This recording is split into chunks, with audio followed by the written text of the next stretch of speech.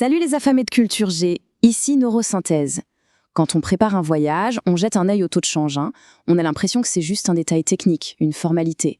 Mais en réalité, derrière ce simple chiffre se cache une histoire bien plus grande, un rapport de force mondiale, où la géopolitique, les banques centrales et même, désormais, l'intelligence artificielle décident de la valeur de l'argent qu'on a en poche. Alors, la question peut paraître un peu folle, je vous l'accorde, mais elle est pourtant au cœur du sujet. Parce que oui, la politique commerciale d'un président américain peut faire tanguer le dollar. Et oui, une IA qui scanne les discussions sur les réseaux sociaux peut aujourd'hui prédire l'économie avec une précision assez dingue. Allez, on plonge dans cette mécanique fascinante. Tout commence par ce duel de titans, l'euro contre le dollar. Et attention, ce n'est pas un combat abstrait réservé aux traders, non, c'est une dynamique qui a des conséquences très concrètes sur l'économie européenne, et donc, au final, sur notre pouvoir d'achat.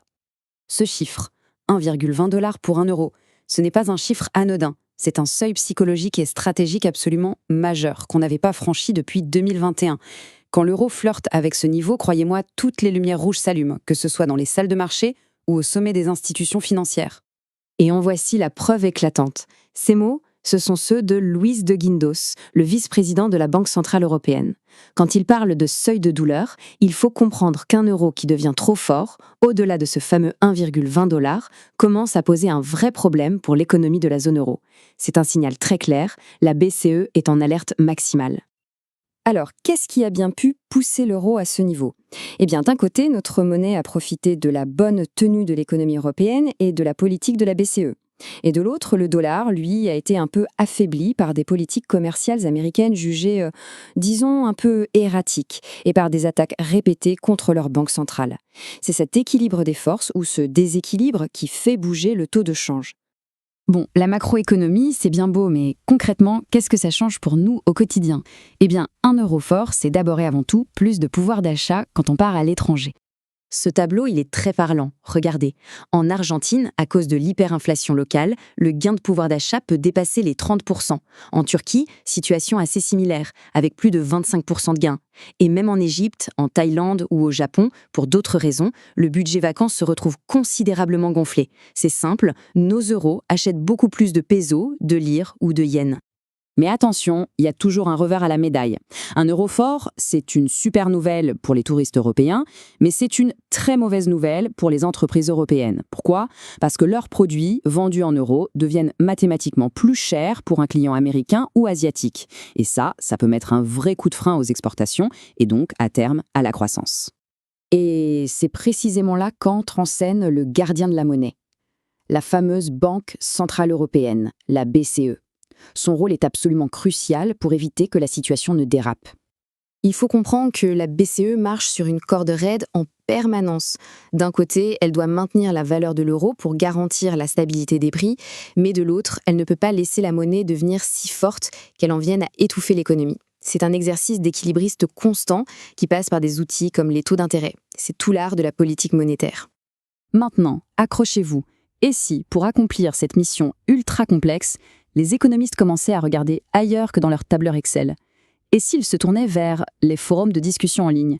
Eh oui, bienvenue dans la nouvelle ère de la prédiction économique, une ère dopée à l'intelligence artificielle.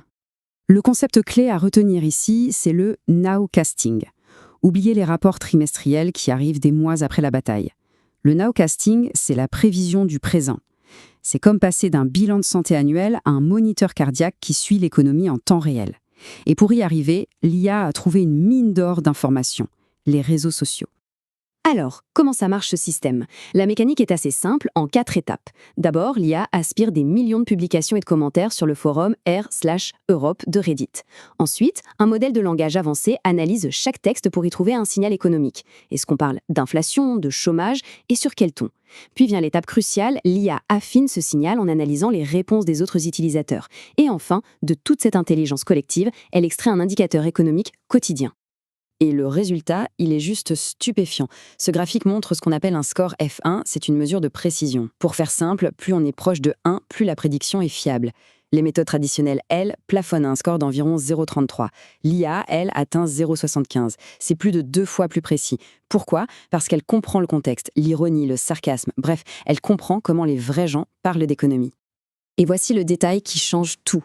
Entre 11 et 15% des signaux économiques détectés dans un post sont modifiés après l'analyse des commentaires. C'est la preuve que l'interaction sociale n'est pas juste du bruit.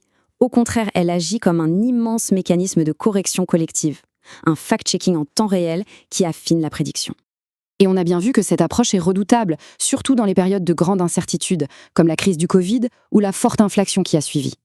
Quand les modèles classiques sont complètement perdus, le pool de l'opinion publique, capté par l'IA, offre un signal avancé d'une fiabilité remarquable. Tout ça nous amène à une réflexion un peu plus profonde. On est peut-être en train d'assister à la naissance d'un tout nouveau type d'indicateur. Un indicateur basé non plus sur des chiffres froids, mais sur le pouls numérique de notre société. L'économie a toujours été une science humaine, influencée par la psychologie des foules.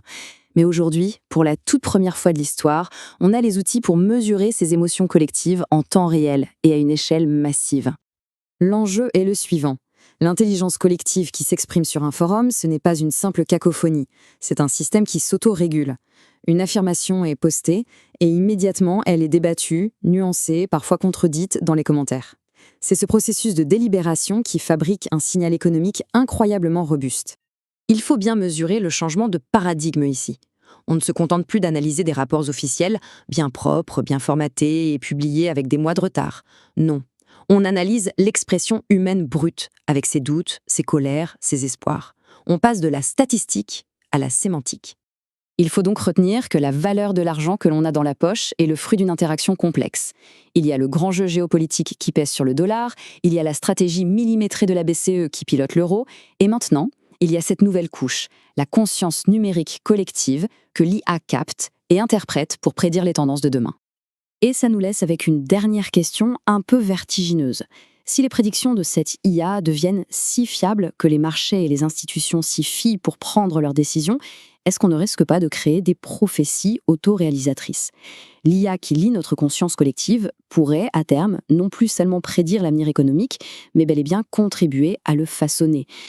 C'est une porte fascinante qui s'ouvre sur le futur de l'économie. Si cette analyse vous a plu, n'oubliez pas que la dose de savoir quotidienne vous attend dans la newsletter.